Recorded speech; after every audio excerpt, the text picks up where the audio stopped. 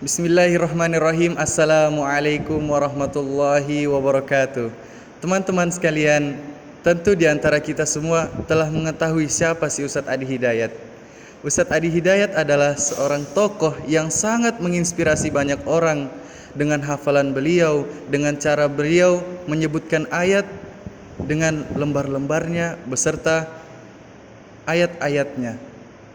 Dan alhamdulillah sekarang kita telah kedatangan tamu yang sangat spesial, yaitu murid beliau, Akh Ihsan Sulaiman.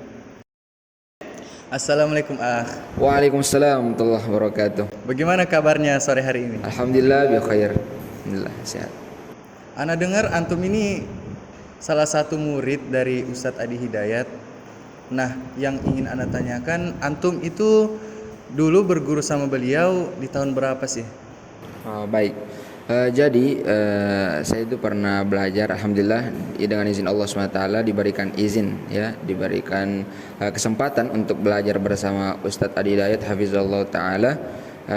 Yang bagaimana kita ketahui bahwasanya beliau ketika menyebutkan satu ayat dari Al-Quran ataupun hadis, maka tentunya beliau akan menyebutkannya secara rinci, dan itu sangat luar biasa. Karena yang kita ketahui sekarang, begitupun pemirsa yang menonton, itu banyak hafiz, ya, di belahan dunia ini ataupun lebih khusus di negara kita di Indonesia, tapi mungkin dari mereka itu hanya menghafal sampai dengan bacaannya saja, tapi untuk posisi atau letak dan ayat berapa itu masih sangat jarang kita dapatkan.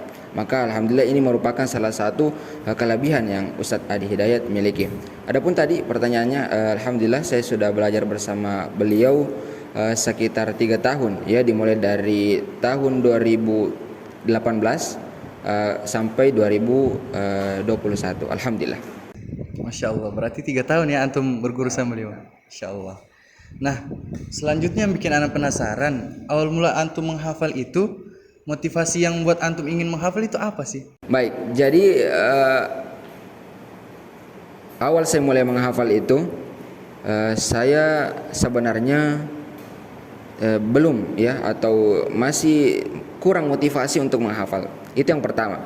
Tapi kemudian kedua orang tua saya itu melihat dari teman-temannya, dan ini juga satu pelajaran untuk kita bagaimana ketika seorang itu berteman dengan orang-orang yang baik dan ada pengaruhnya. Jadi ketika orang tua saya ini memiliki teman-teman yang baik pada zamannya, kemudian melihat dari di antara teman saya itu ada yang dari teman kedua orang tua saya itu ada yang sudah menghafalkan Al-Quran, dan juga ada yang menghafalkan surah An-Naba ataupun surah An-Naziat, dan itu sangat luar biasa pada waktu itu. Karena di tahun-tahun ketika bapak saya baru hijrah, ya, di waktu itu masih sangat sedikit kalau kita katakan orang-orang yang menghafalkan Al-Quran.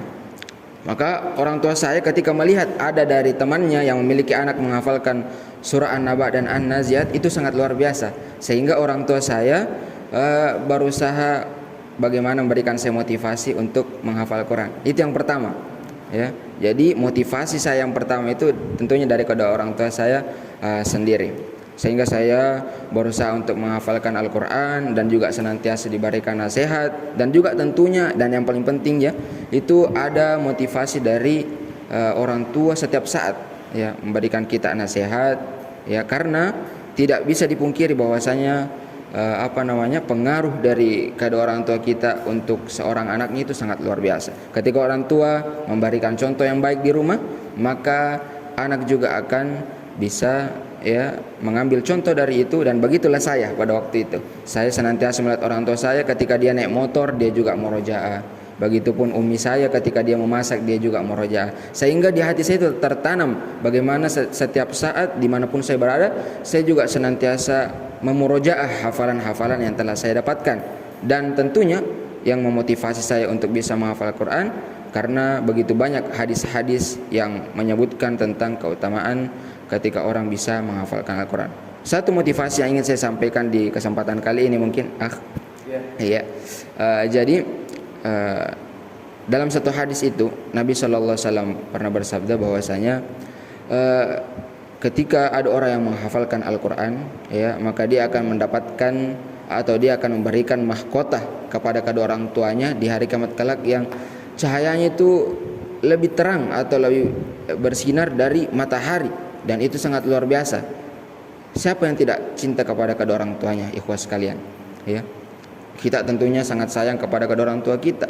Bahkan digambarkan dalam satu hadis, ketika orang tua kita atau ibu kita melahirkan kita itu, setetes saja keringatnya itu sudah kita tidak bisa balas dengan apapun yang ada di dunia ini. Maka tentunya kita ingin memberikan yang terbaik untuk dia, untuk kedua orang tua kita ini, dan tidak ada yang terbaik kecuali yang kekal, dan itu adalah mahkota yang terbaik yang bisa kita berikan kemudian hari di akhirat kelak nanti, sehingga mereka bisa bahagia selamanya. Dan itulah motivasi saya selama ini. Masya Allah, berarti yang membuat antum termotivasi itu terutama kedua orang tua antum ya Ustaz? Betul sekali, dari kedua orang tua anak. Dari kedua orang tua antum, kemudian karena banyaknya hadis yang menyebutkan keutamaan menghafal Al-Quran dan sebagainya Ustaz ya? Iya, dan itu tadi salah satu hadis yang sudah saya sebutkan.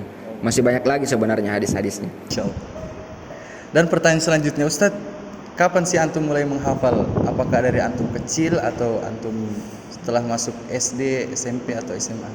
Jadi saya mulai menghafal itu dari saat saya masih TK ya. Oh, antum TK? Iya, masih TK. Saya sudah mulai menghafal, walaupun di situ masih satu ayat dalam sehari. Tapi intinya yang juga kami ingin sampaikan bahwasanya ya, seberapa sibuk pun kita, kalau ada keinginan untuk menghafal Quran, maka usahakan setiap hari yang kita lewati itu harus ada tambahan hafalan walaupun hanya satu ayat. Itu intinya. Ya, ada target minimal yang kita buat dalam sehari. Jadi saya mulai menghafal saat saya TK. Alhamdulillah menghafal satu ayat demi satu ayat setiap harinya, dan itu menghafalnya di rumah. Iya, menghafalnya di rumah. Nanti saat saya sudah kelas 4 SD, saya juga izin sama orang tua dan juga melihat teman-teman, karena melihat teman banyak yang masuk pesantren, sehingga saya juga mau untuk masuk pesantren. Antum keinginan sendiri masuk pesantren? Ya, alhamdulillah di situ Allah SWT berikan taufik untuk saya juga ingin masuk pesantren pada waktu itu. Alhamdulillah kelas 4 masuk pesantren. Oh, kelas 4. Iya.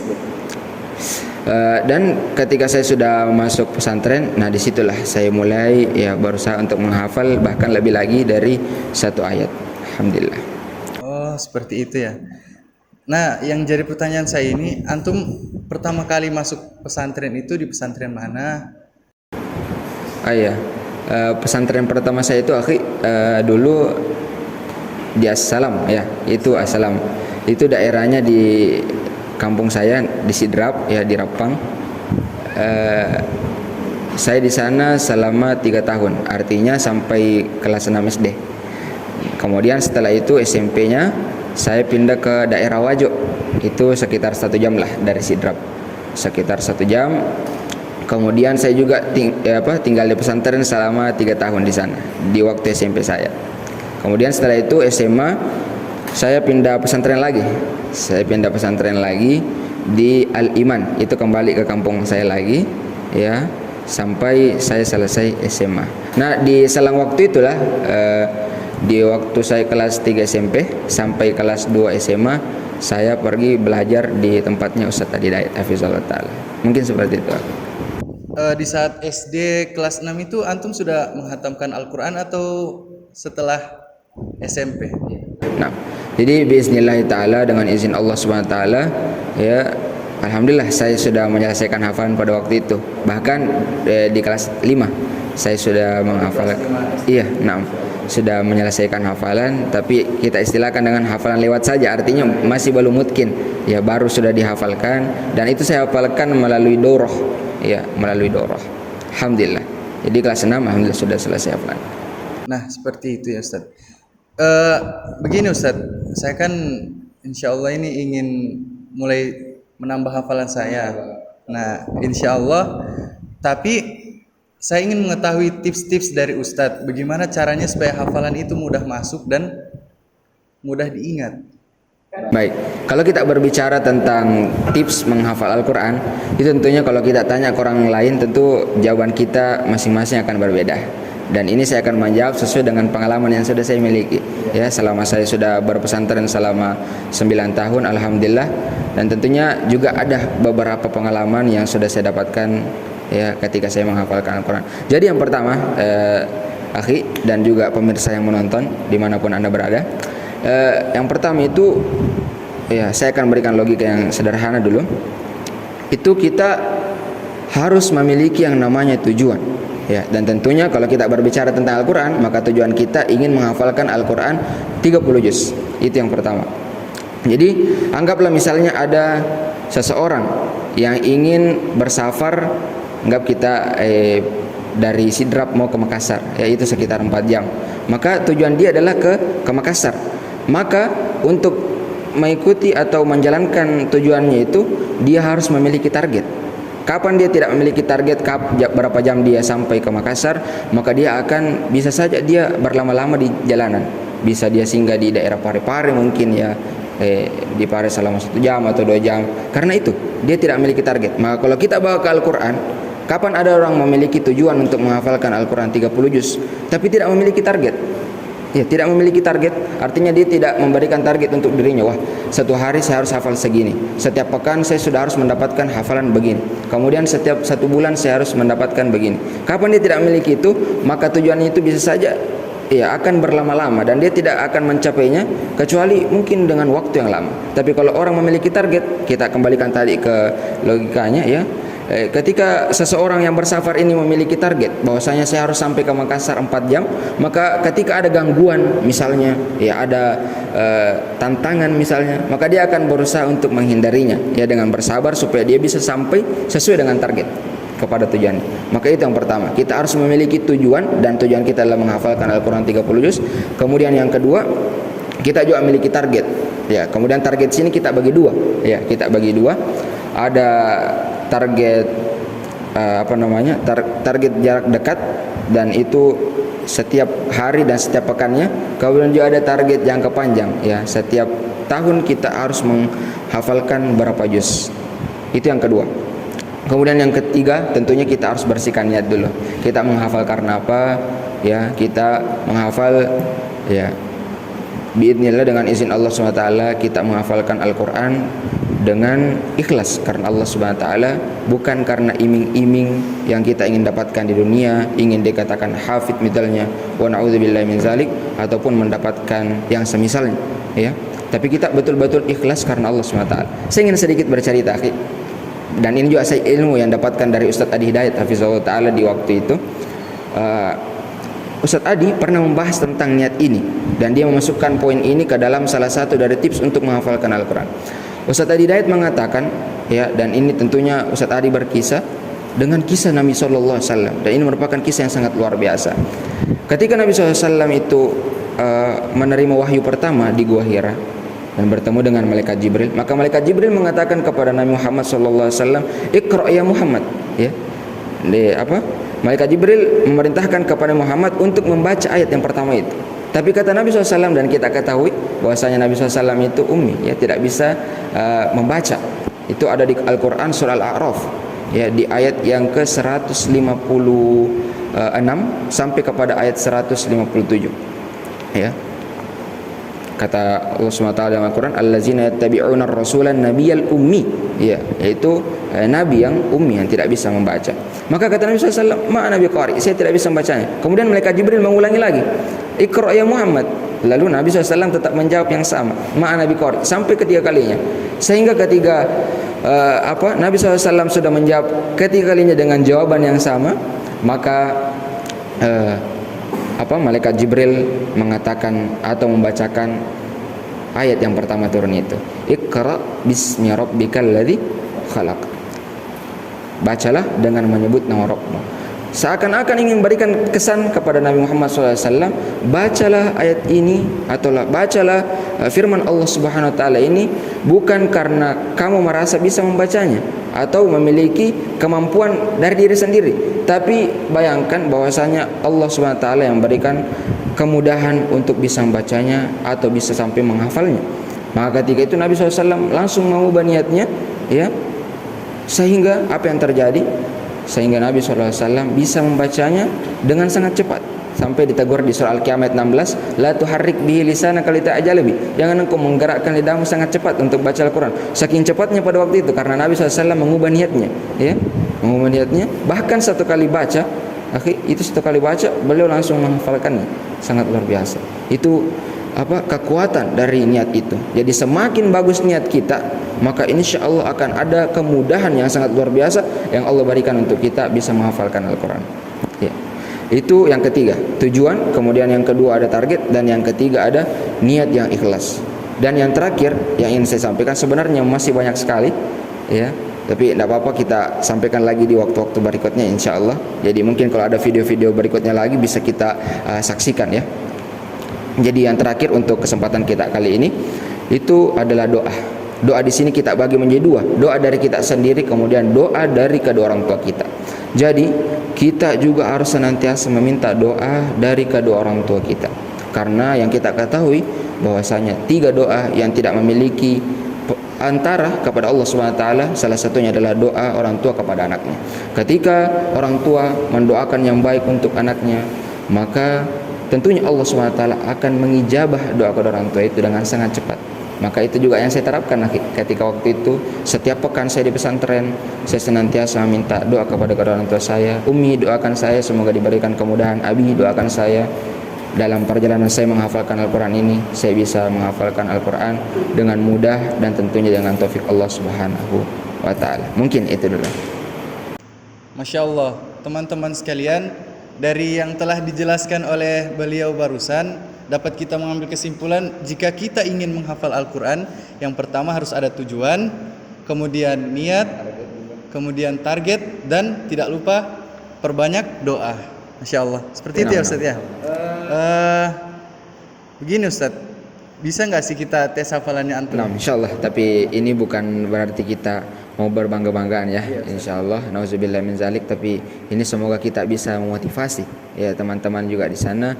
Dan ya, semoga ada kesempatan lagi kita akan bicara lebih lebar bagaimana kita bisa menghafal, ya, sampai dengan posisi dan letaknya juga. Itu juga ada metodenya, insyaallah. Ya, bisa kita sampaikan nanti, ya, ada metode tersendiri, insyaallah kita sampaikan.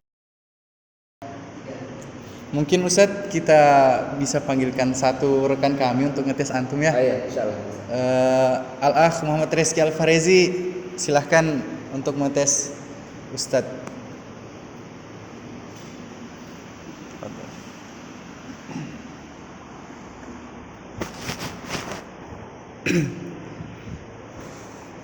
أعوذ بالله من الشيطان الرجيم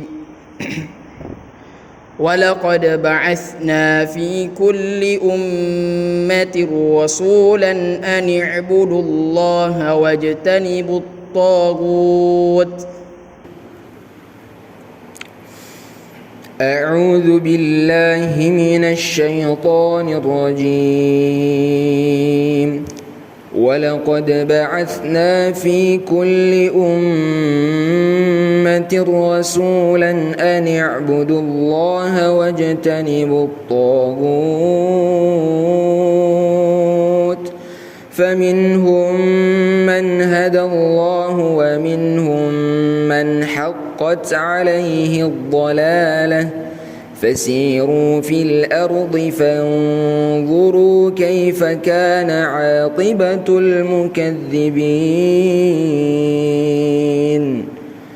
إن تحرص على هداهم فإن الله لا يهدي من يضل وما لهم من ناصرين وأقسموا بالله جهد أيمانهم لا يبعث الله من يموت بلى وعدا عليه حقا ولكن أكثر الناس لا يعلمون. Hasbuk. Masya Allah. Bisa disebutkan ayat keberapa, juz keberapa, surahnya apa, dan letaknya di mana? Izin menyebutnya atau menjawabnya secara berurutan. Pertama, surahnya itu terdapat di surah An-Nahl, ya, surah yang ke-16, terdapat di ayat yang ke-35. Naam. di halaman yang ke 271 ya. Masya Allah. Di halaman 271 di posisi kanan bagian atas, itu di ayat yang kedua di halaman tersebut.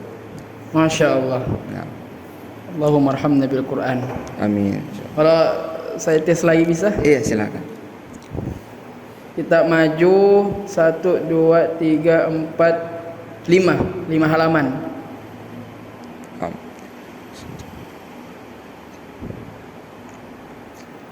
Paling atasnya. Paling atasnya. A'udzubillahi minasyaitonir.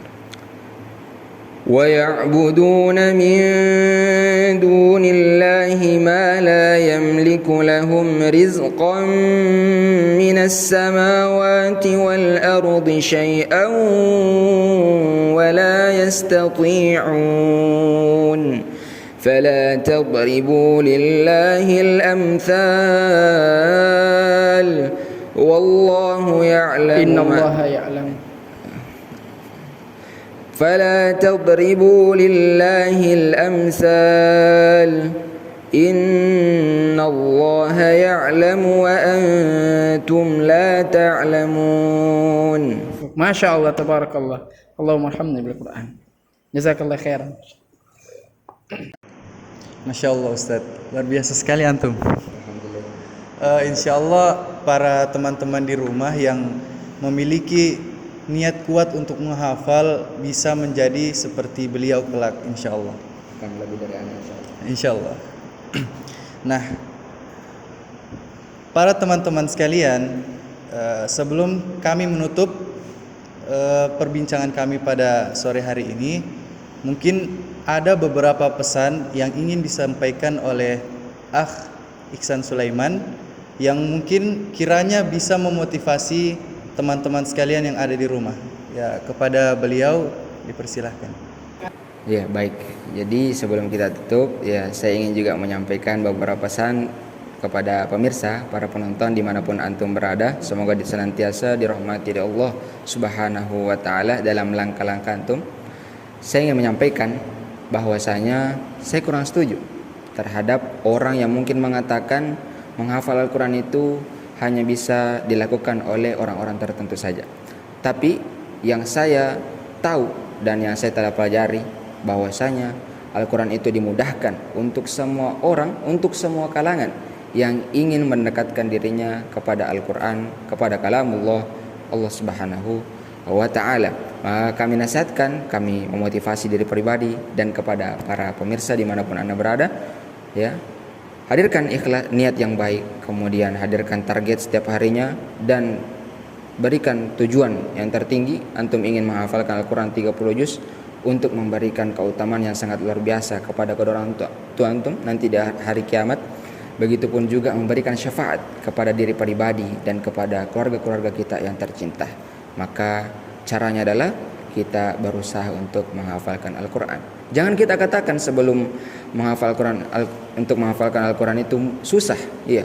Ketika kita tanamkan bahwa itu susah dari awal, maka tentu itu akan susah juga ketika kita mulai menghafalnya. Tapi tanamkan dengan izin Allah Subhanahu wa Ta'ala, saya akan bisa menghafalkan Al-Quran dengan mudah. Dengan itu, walaupun kita mungkin agak kewalahan nanti sedikit saat menghafal, kita akan senantiasa mengharapkan bantuan, mengharapkan pahala dari Allah Subhanahu wa Ta'ala. Kemudian yang kami ingin sampaikan kepada teman-teman sekalian, insya Allah di waktu dekat ini, di bulan Februari ini, insya Allah Ta'ala kita akan mengadakan satu event yang sangat spesial.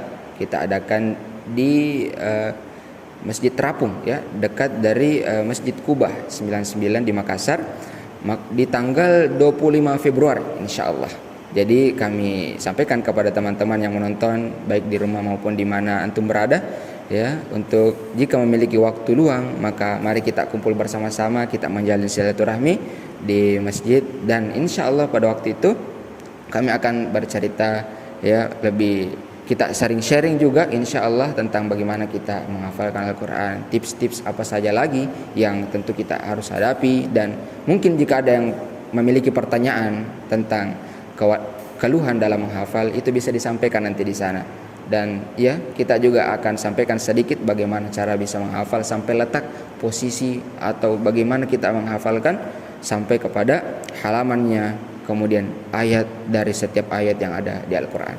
Baik, mungkin itu yang kami sampaikan. Syukran wa jazakumullahu khairan. Alhamdulillahirrabbilalamin. Teman-teman, para pemirsa dimanapun antum berada, alhamdulillah kita telah mengetahui beberapa ilmu dari beliau yang insya Allah bermanfaat bagi kita semua. Dan intinya, jika kita ingin menghafalkan Al-Quran, yang harus kita tanamkan pada diri kita yaitu keistiqomahan. Betul ya Ustaz ya? Jadi bagi teman-teman yang ingin menghafalkan Al-Quran, insya Allah akan dimudahkan oleh Allah Subhanahu Wa Taala, asalkan niatnya tulus. Ya, terima kasih Ustadz atas waktu yang telah disempatkan. Insya Allah ini akan menjadi pemberat timbangan antum nanti, insya Allah di hadapan Allah. Alhamdulillah, teman-teman sekalian, kita telah berada di penghujung podcast kita. Bagi teman-teman yang telah menonton, kami ucapkan terima kasih, dan jangan lupa like, komen, dan subscribe. Dan tentunya jikalau antum berkesempatan bisa untuk di-share video ke semua sosial media antum ya. Saya Renaldi undur diri. Akhirul kalam, aqulu lakum wassalamu alaikum warahmatullahi wabarakatuh.